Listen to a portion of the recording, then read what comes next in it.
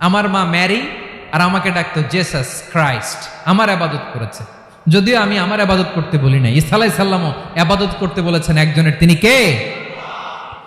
আল্লাহর নবী ঈসা আলাইহিস সালাম বলবেন আমিও পারবো না, আজকে আল্লাহ অনেক রেগে আছে, আমি পারবো না, তবে একটা পরামর্শ দিতে পারি, একটা সাজেশন দিতে পারি। আজকের দিনে এই কঠিন মুসিবতের কালে, এই কঠিন সময়ে কেউ আল্লাহর দরবারে দাঁড়িয়ে একটা টু শব্দ করার ক্ষমতা কারো নাই, একমাত্র আখিরি জামানার পয়গাম্বর বিশ্বনবী মুহাম্মদুর রাসূলুল্লাহ ছাড়া।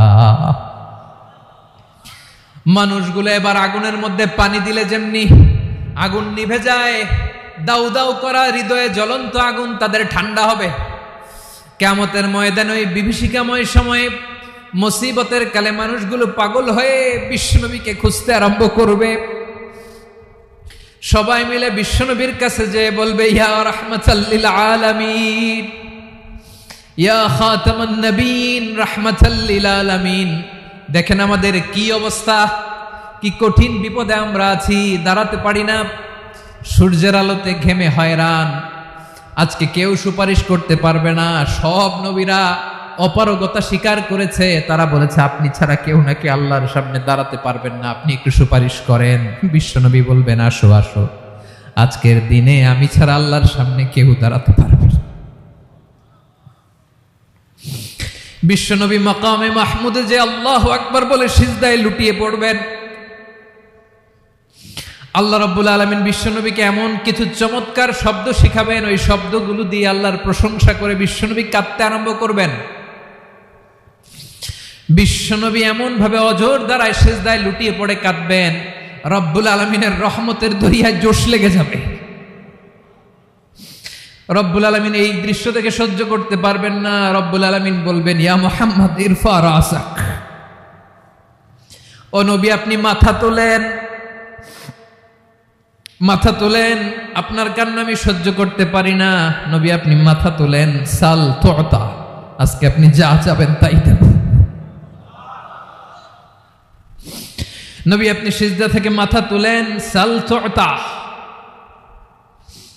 যা চাবেন তাই দেব। ওয়াশফা তুশাফা, যার জন্য সুপারিশ করবেন তার সুপারিশ কবুল করে নেব। বিশ্বনবী এবার মাথা তুলবেন। যে বিভীষিকাময় সময়ে প্রত্যেক নবী বলেছেন আমি পারবো না, প্রত্যেক নবী বলেছেন নফসি নফসি, আমার কি হবে আমি জানি না, আল্লাহ আমারে বাঁচাও। প্রতিটি নবী বলবেন নফসি নফসি, আল্লাহ তুমি আমারে বাঁচাও আমারে বাঁচাও। বিশ্বনবী মাথা তুলবেন, তুলে বলবেন রব্বি হাবলি উম্মতি, আল্লাহ তুমি আমার গুনাহগার উম্মতকে বাঁচাও। এই দুনিয়ার বুকে রব্বুল আলামিন সব নবীকে একটা করে দাওয়া মুস্তাজাবা দিয়েছেন, মানে যে দোয়া করলে কবুল হয়ে যায় সাথে সাথেই। দাও বিহা, দুনিয়ার সব নবীরা ওই দোয়াটা দুনিয়ায় করে ফেলেছে। সব নবীকে আল্লাহ একটা করে দোয়া দিয়েছেন, নবী দোয়া করলেই কবুল, সব নবীরা ওই দোয়া করে ফেলেছে দুনিয়াতে। বিশ্বনবী বলেন আমি করি নাই। ওয়া ইন্নী আখতাবিউ দাওয়াতি শাফাআতান লি উম্মতি ইয়াউমাল কিয়ামাহ, আমার ওই স্পেশাল দোয়াটা আমি দুনিয়ার বুকে কঠিন বিপদে পড়েও কোনোদিন করি নাই। আমি আমার স্পেশাল দোয়াটা কিয়ামতের দিন আমার গুনাহগার উম্মতকে সুপারিশের জন্য রেখে দিয়েছি। আল্লাহ বলবেন নবী ইরফা রাসাক, মাথা তোলেন, আর কাটবেন না। বিশ্বনবী মাথা তুলবেন, আল্লাহ বলবেন সাল তুতা, আপনি যা চাবেন তাই দেব। ওয়াশফা তুশাফা, সুপারিশ করেন সুপারিশ কবুল করব।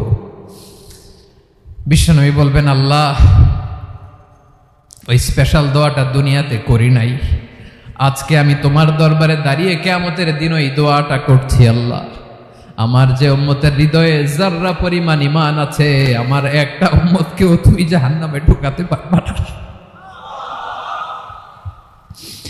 বিশ্বনবী পাগলের মতো একবার হাউজে কাউসারে যাবেন, একবার সিরাতে যাবেন, একবার পুলসিরাতের দিকে, একবার হাউজে কাউসারের দিকে, পাগলের মতো দৌড়াতে থাকবেন, তার কোনো গুনাহগার উম্মত যাতে জাহান্নামে ঢুকে না যায়। সেদিন কেউ সুপারিশ করতে পারবে না বিশ্বনবী ছাড়া।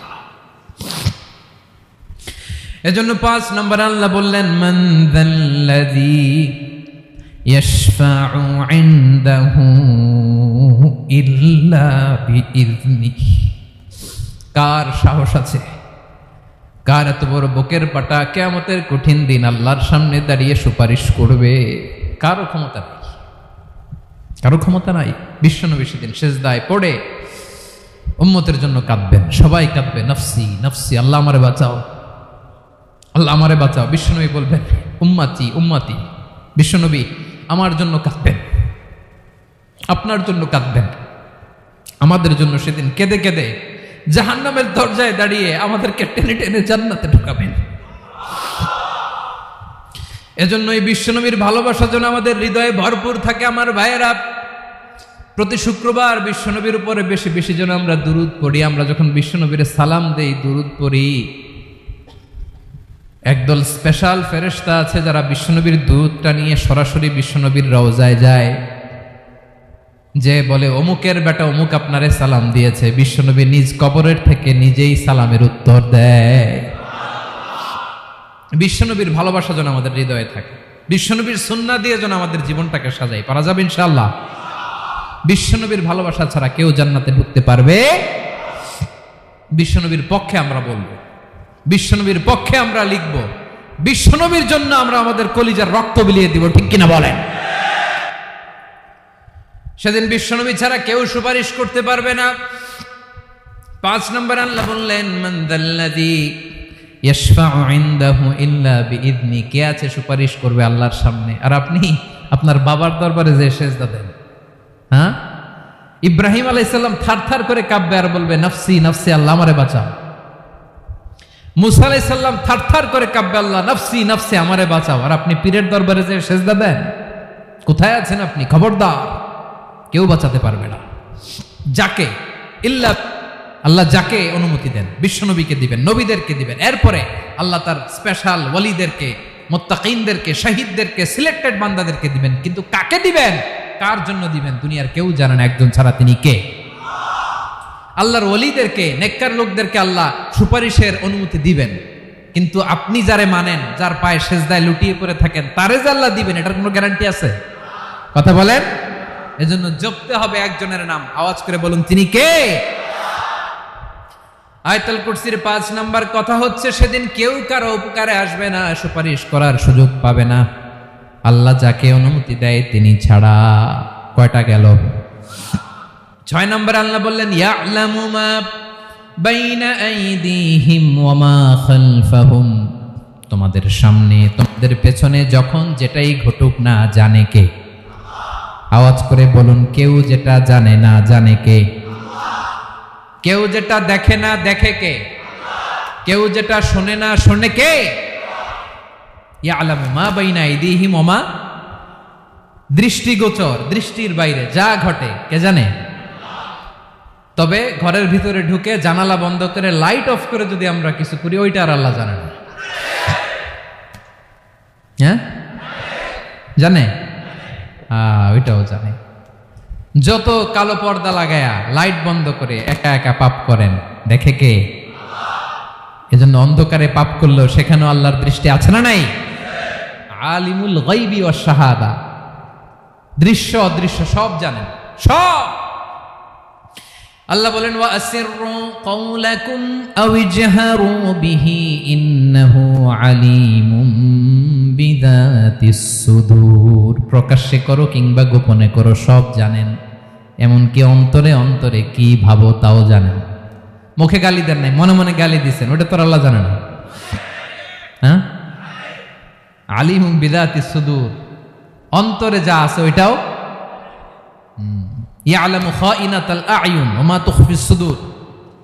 চোখ দিয়ে, অনেকে দেখবেন চোখ দিয়ে চোখ মারে, ওইটাও আল্লাহ দেখেন। বিচার করতেছে, বিচারককে ঘুষ টুস দিয়ে আপনি চোখ মারলেন যে এইভাবে না ওইভাবে কর, ওইটা তো আল্লাহ দেখে দেখে নাই? হ্যাঁ, খাইনাতাল আয়ুন, চোখের খেয়ানত দেখে। ওয়া মা তুখফিস সুদূর, অন্তরে যেটা লুকায় রাখো ওইটাও তিনি দেখেন। এজন্য আল্লাহ বলেন 6 নম্বর কথা হচ্ছে ইয়ালামু মা বাইনা আইদিহিম ওয়া মা খালফাহুম, সামনে পেছনে যা ঘটে সব জানে কে? কথা ক্লিয়ার? 7 নম্বরে আল্লাহ বললেন ওয়ালা ইউহিতুনা বিশাইইম মিন ইলমিহি ইল্লা বিমা শা। কেউ তার জ্ঞানকে পরিব্যাপ্ত করতে পারে না, পরিবেষ্টন করতে পারে না। তার জ্ঞানে কি আছে কেউ জানতে পারে না, ততটুকু ছাড়া যতটুকু তিনি জানেন। সুবহানাল্লাহ। নবীরা কি সব জানেন? বিষ্ণু ঈসা ইসলাম সব জানতেন না। আল্লাহ তাআলা নবীদেরকে যতটুকু জানান ততটুকুই নবীরা বলে, ঠিক কি না? ওমা ইয়ানতিকু আনিল হাওয়া ইন হুয়া ইল্লা ওয়াহয়ুই ইউহা। আল্লাহ যতটুকু জানায় নবীরা ততটুকু বলতে পারে, এর বাইরে বলতে পারে না। আল্লাহ যতটুকু জানায় ততটুকু। আমাদের জ্ঞান যা আছে দিছে কে? সবাই বলুন, কে দিছে? এজন্য আল্লাহ বলে আমি যদি জ্ঞান দেই তাইলে তোমরা জ্ঞান পাও, এছাড়া জ্ঞানের কোনো মাধ্যম দুনিয়াতে। আর আমাদের জ্ঞান একেবারে কম, এই জ্ঞান নিয়ে আমরা বড়াই, কত বড়াই করি, জ্ঞানের কত বড়াই, গর্ব অহংকার, কত গরম আছে না নাই?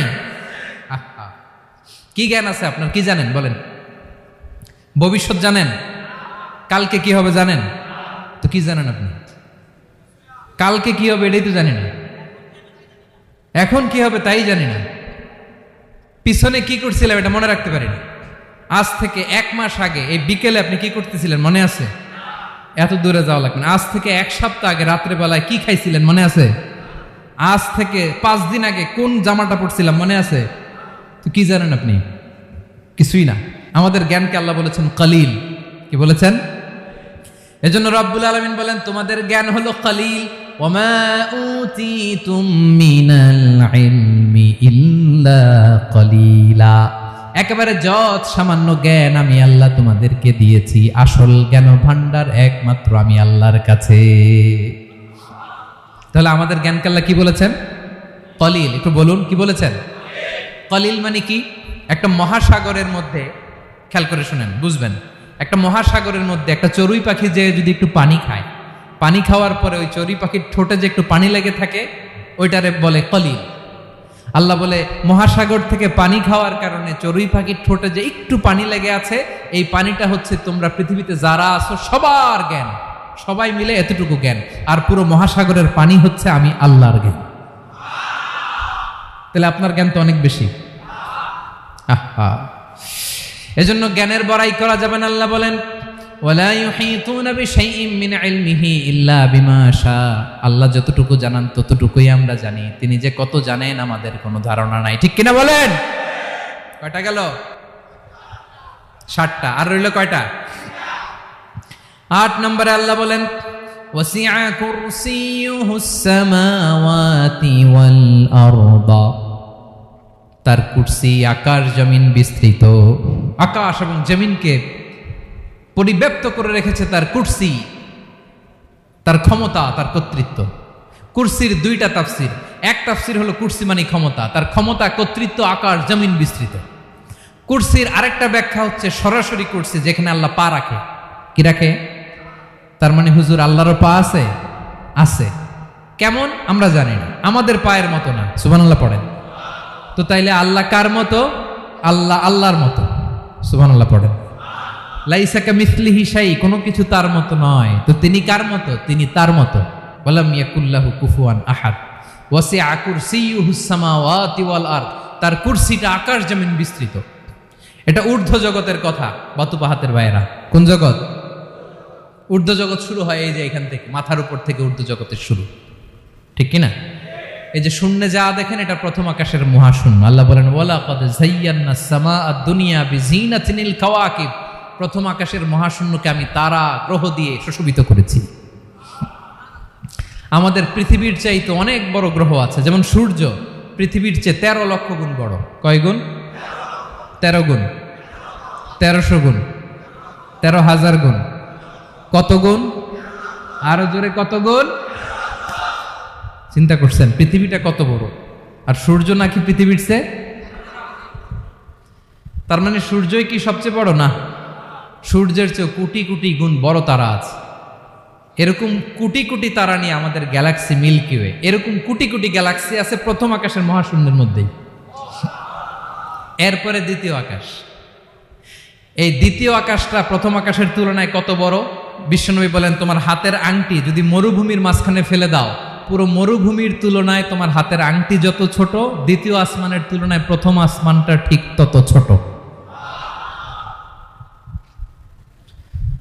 তৃতীয় আসমান আবার এরকম, ওইটার তুলনায় দ্বিতীয় আসমানটা একটা আংটির সমান। চতুর্থ আসমানের তুলনায় মরুভূমির মাঝখানে তৃতীয় আসমানটা আংটির সমান। একটার চেয়ে আরেকটা বড়। কত বড় আমি বলতে পারবো, আপনারা শুনতে পারবেন, কিন্তু আমরা কল্পনা এটা ধারণ করতে পারবো। পঞ্চম, ষষ্ঠ, সপ্তম, 7 আকাশ শেষ। কি শেষ? এর উপরে আছে বাইতুল মামুর। কি নাম? এটা ফেরেশতাদের মসজিদ, ফেরেশতাদের কেবলা, ফেরেশতাদের কাবা। আমরা যেমন মক্কায় কাবা, ফেরেশতাদের কাবা কেবলার নাম হচ্ছে আল বাইতুল মামুর। 7 আসমানের উপরে। এটা কত বড় শোনেন। প্রতিদিন বিশ্বনবী বলেন, প্রতিদিন এই আল বাইতুল মামুর ফেরেশতাদের মসজিদে 70,000 ফেরেশতা ইবাদতের জন্য চান্স পায়। প্রতিদিন কয় হাজার? একবার ঢুকে যে বের হয়ে যায় কিয়ামতের আগে দ্বিতীয়বার আর তারা চান্স পাবে না। আল বাইতুল মামুর ওইটা শেষ। এরপরে সিদরাতুল মুনতাহা। কি নাম? সীমান্ত বৃক্ষ। ওইটা আরো বড়, একটা বিশাল বড় বড়ই গাছ আল্লাহ বানাইছে। ওয়া ইলাইহি ইয়ানতাহি ইলমুল মালাইকা, ফেরেশতাদের জ্ঞান সীমানা ওইখানেই শেষ। এর উপরে কি হয় ফেরেশতারা আর জানে না। ফেরেশতাদের ক্ষমতা এখানে শেষ। সিদরাতুল মুনতাহা, সিদরাতুল মুনতাহার এরিয়া শেষ। এরপরে শুরু হয় আল্লাহুল মাহফুজ, কোরআনের বাড়ি। কোরআনের বাড়ি কই? বাল হুয়া কুরআনুম মাজিদ ফি, এটা মিন দুররাতিন বাইদা, সাদা ঝকঝকে ডায়মন্ড দিয়ে আল্লাহ বানাইছে। আমাদের সবার তাকদীর, ভাগ্যলিপি ওইখানে লেখা, কি হবে না হবে। কোরআনের বাড়ি ওইটা। ওইটা শেষ। এরপরে শুরু হয় লা জামান লা মাকান এরিয়া। ওইখানে কোনো জামান নাই, মাকান নাই, no time no space area শুরু। ওইখানে কুরসি, যেখানে আল্লাহ পা রাখেন বা কুদরতি পা রাখেন, আল্লাহর কুরসি। বড় রাজা বাদশারা সিংহাসনে বসে পা রাখে একটা টেবিলের উপর, শাহী টেবিল, ওইটার নাম কুরসি। আল্লাহ বলে ওয়াসিআ কুরসিয়ুহুস সামাওয়াতি ওয়াল আরদ। আল্লাহর এই কুরসিটা এতক্ষণ যা বললাম এই সবগুলার চাইতেও বড়। কুরসির উপরে আছে আল্লাহর আরশ। আর রহমানু আলাল আরশি ইস্তাওয়া। রব্বুল আলামিন ওই আরশের উপরে। আমি যেমনি চেয়ারের উপরে এরকম না। যেভাবে আল্লাহর জালালিয়াত, হিজ হাইনেস, হিজ রয়্যালনেস, আল্লাহর জালালিয়াত, আল্লাহর কুদরতের মাধ্যমে যেভাবে আল্লাহ আরশের উপর থাকা দরকার, আল্লাহর সত্তা, আল্লাহ ঠিক ওইভাবে আছেন, আরশের উপরে আছেন। ওয়া ইয়াহমিলু আরশা রাব্বিকা ফাওকাহুম ইয়াওমাইযিন সামানিয়া। কিয়ামতের দিন আল্লাহর এই আরশটা 8 জন ফেরেশতা বহন করবে। আরশ বহনের জন্য আল্লাহর ফেরেশতা লাগে না, কোনো কাজের জন্যই আল্লাহর ফেরেশতা লাগে না। আল্লাহ বলে কুন ফায়াকুন, হয়ে যায়। তারপরে আল্লাহ নিয়োজিত রেখেছেন। সেদিন কিয়ামতের দিন আল্লাহর আরশটা বহন করবে কয়জন ফেরেশতা? এদের সাইজ কত বড়? হ্যাঁ, শুনতে মনে চায়? বিশ্বনবী বলেন ইন্না মা বাইনা শাহমাতি উযুনিহি ইলা আতিকিহি মাসিরাতু 700 সানা। বিশ্বনবী বলেন ওই ফেরেশতার সাইজ আমি দেখে এসেছি। কত বড় শোনো, যারা আল্লাহর আরশ বহন করবে। পুরো সাইজ বলা যাবে না। বিশ্বনবী বলেন ওই ফেরেশতার কানের লতি থেকে কাঁধ বরাবর। আপনার কানের লতি থেকে কাঁধ কতটুকু হবে? 4 আঙ্গুল 5 আঙ্গুল। বিশ্বনবী বলেন যে 8 জন ফেরেশতা কিয়ামতের দিন আল্লাহর আরশের পায়া ধরে থাকবে, ওই ফেরেশতাগুলোর কানের লতি থেকে কাঁধ বরাবর আসতে সবচেয়ে দ্রুতগামী যানবাহন, পৃথিবীতে সবচেয়ে দ্রুত চলে আলোর ফোটন। আলোর ফোটন 1 সেকেন্ডে চলে 3 লক্ষ কিলোমিটার। কয় লক্ষ কিলোমিটার? 1 ঘন্টায়? 1 মিনিটে? কয় সেকেন্ডে? 1 সেকেন্ড কইতে তো 2 সেকেন্ড লাগে। 1 সেকেন্ডে আলোর ফোটন, আলোর কণা ছুটে 3 লক্ষ কিলোমিটার বেগে। বিষ্ণুই বলেন এরকম যানবাহন দিয়ে, যেটা সেকেন্ডে 3 লক্ষ কিলোমিটার বেগে ছুটে, এরকম দ্রুত যদি কেউ ছুটে, তাহলে ওই ফেরেশতার কানের লতি থেকে কাঁধ বরাবর আসতে 700 বছর সময় লাগবে। এজন্য রব্বুল আলামিন বলেন ওয়াসিআ কুরসিয়ুহুস সামাওয়াতি ওয়াল আরদা। আল্লাহর কুরসিটা আকাশ জমিন সব চাপিয়ে যাবে। তাহলে আল্লাহ কত বড়! সুবহানাল্লাহ। সেজদায় যখন লুটিয়ে পড়েন এটা ভাববেন, আয় রে কারে সেজদা দেই আমি, তিনি কি সুমহান, কি সুবিশাল, ওই রবের গোলাম আলহামদুলিল্লাহ পড়েন।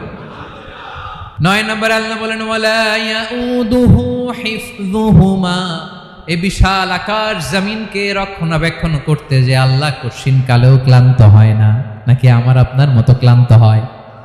আল্লাহর ক্লান্তি আছে, শ্রান্তি আছে, বিশ্রাম আছে, বিরাম আছে, ঘুম, জিমানি? সুবহানাল্লাহ পড়েন। আল্লাহ বলে ওয়ালা ইয়াউদুহু হিফযুহুমা, এগুলোকে রক্ষণাবেক্ষণ করতে আল্লাহ ক্লান্ত হয়ে পড়েন না। 9 নম্বরে বললেন আল্লাহর কোনো ক্লান্তি নাই, সব কিন্তু দেখভাল করেন, প্রতি মুহূর্তে প্রতি সেকেন্ডে যার যেটা লাগে করেন। এই পুরো বসুন্ধরা, পৃথিবী, মহাবিশ্ব যেভাবে চলা দরকার সৃষ্টির পর থেকে আজও চলছে। চালায় কে? ইঞ্জিনিয়ারটা কে? আসল কারিগরটা কে? 9 নাম্বার চলে গেল, আল্লাহ ক্লান্ত হন না। আর বাকি রইল কয়টা? সব শেষে আল্লাহ তাআলা বললেন ওয়া হুয়াল আলিয়ুল আযীম, ওয়া হুয়াল আলিয়ুল আযীম, তিনি হচ্ছেন আল আলিয়ুল আযীম। সব শেষ কথা। আল্লাহ বলে আমি হলাম আল আলী, আমি হলাম আল আযীম, আমি হলাম সুমহান, আমার সবকিছু বড়, আমার শাস্তি বড়, আমার দয়াও বড়, মায়াও বড়। আমি যখন শাস্তি দেই আমার শাস্তির মতো কেউ শাস্তি দিতে পারে না। আমি আল্লাহ সব সময় ধরি না, ধরলে ছাড়ি না। ঠিক কিনা?